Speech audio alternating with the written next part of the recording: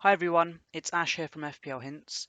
I've seen a lot of debate happen online today about people having bad starts and also people questioning the strategies that other managers use. I just want to address this issue of what is a bad start and what can be done to remedy it, and also to offer some examples of when I had a bad start and what went wrong and what went right, basically. So, look, firstly, a lot of us play FPL as a form of escapism. When you have a really bad start to the season, the last thing that you probably want to do is play FPL in game week 2.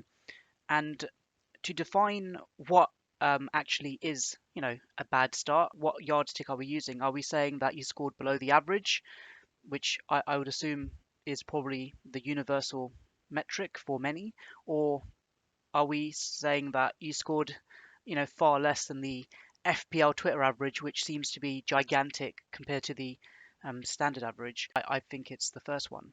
And if you've scored well above the average and you've only scored one less than your mate in the work league, you've not had a bad start. You've just, you've had a really good start. Please contextualize the situation that you're in as well. And also to add to the fire, to all of this, overall ranks may seem even more worse, especially in the first few game weeks, because casual managers tend to burn their chips very early in the first 3 game weeks. So your overall rank may seem even more worse than it is. In many ways, artificial. We shouldn't really be even looking at overall rank in the early game weeks. I mean, the fact if you can crack, a million in the first game week is quite remarkable from my perspective. So yeah, don't overthink at this early stage, and also don't worry too much about red arrows in the weeks ahead as well. The chances are that you've made a 50-50 call that went wrong in game week 1. That may have been a captaincy fail, or it may have been that a higher owned player that you didn't have did significantly better than a lower owned player that you did have. All you can do in this situation really is learn from it, write off the damage, and move on. The last thing you could do is dwell upon it and then panic in your next move. And the chances are that some managers who have had a bad start to the season, they'll take even more risks early on in the hope that that will catapult them up the rankings. But then if you go against a crowd and it doesn't work again, you could just fall further back. That's why some other managers will actually just go full template, and they'll try and avoid falling back as much as possible. Whatever course you choose, it's completely up to you. But early on, you almost choose one of those pathways if you've had a bad start. Now, the experts, I'm sure they'll say it's a marathon, it's not a sprint, and some will say that you'll be fine for now and just wait till the double game weeks come. And I think that's wrong advice if I'm being perfectly frank with you. Yeah, it's a marathon, quote unquote marathon, um, in some respects, but the reality is FPL is a series of short sprints, especially for this season. So from game week 1 to wildcard 1 to the World Cup to wildcard 2, and then wildcard 2 to game week 38. That's how I'm seeing it. If you've had the bad start, as we've defined, don't worry, you've got these other supposed sprints that are coming up where you can make up lost ground. But why even wait till then? Try and understand what the narratives are in play at the moment and try and seek out the next bandwagon. At the same time, I would personally recommend don't make any rash decisions like an extreme -8 or a -12 to overhaul your team when your captain has been unfortunate in one isolated game week. And look, from my perspective, I also want to provide further context to one of the worst game week ones I've ever had. And it actually has defined my thinking going forwards as well with FPL. And it was a 15-16 season. That was a season when Leicester won the Premier League. And it was also the first season when FPL introduced chips. I was completely wrong footed with my own picks, as you can see on the screen there. And I kind of chose a string of differentials or some players that may have had some past pedigree, but there were questions about their form.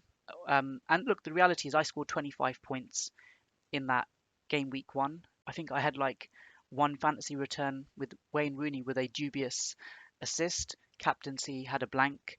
And I basically just was completely wrong-footed. I'm just looking at this team, and some of the players like having double Bournemouth in this team, having Robert Hoof as well, the wrong Leicester player, and the other players I picked, like Benteke, um, Chadley.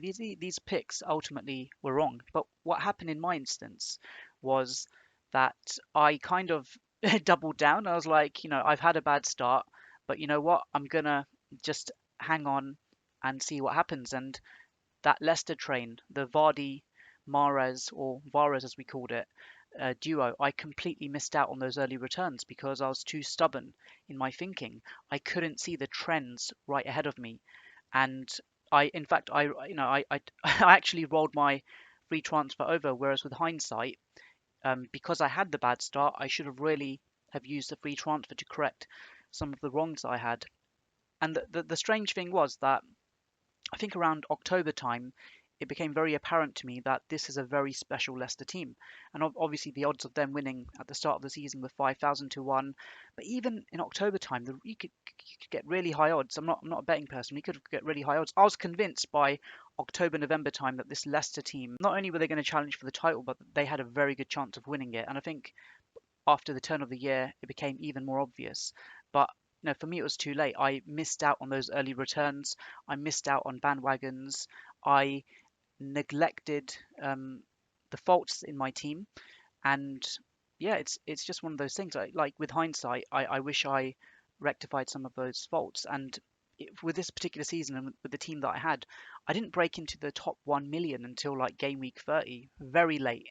And I then like stumbled along with the double game weeks, and I finished between 2 and 300k. I don't even look at that rank, and that was one of my worst ranks as an FPL addict. And ironically, I had two worse ranks after that, but this one in particular was as a result of having a bad start, not recognizing the faults, not looking at the trends, and just being stubborn. At the same time, I could have gone to the opposite extreme and just have panicked and gone for, wild hits, which with hindsight would have worked, getting Morris and Vardy in. All in all, you've just got to look at the nuances and hope for the best.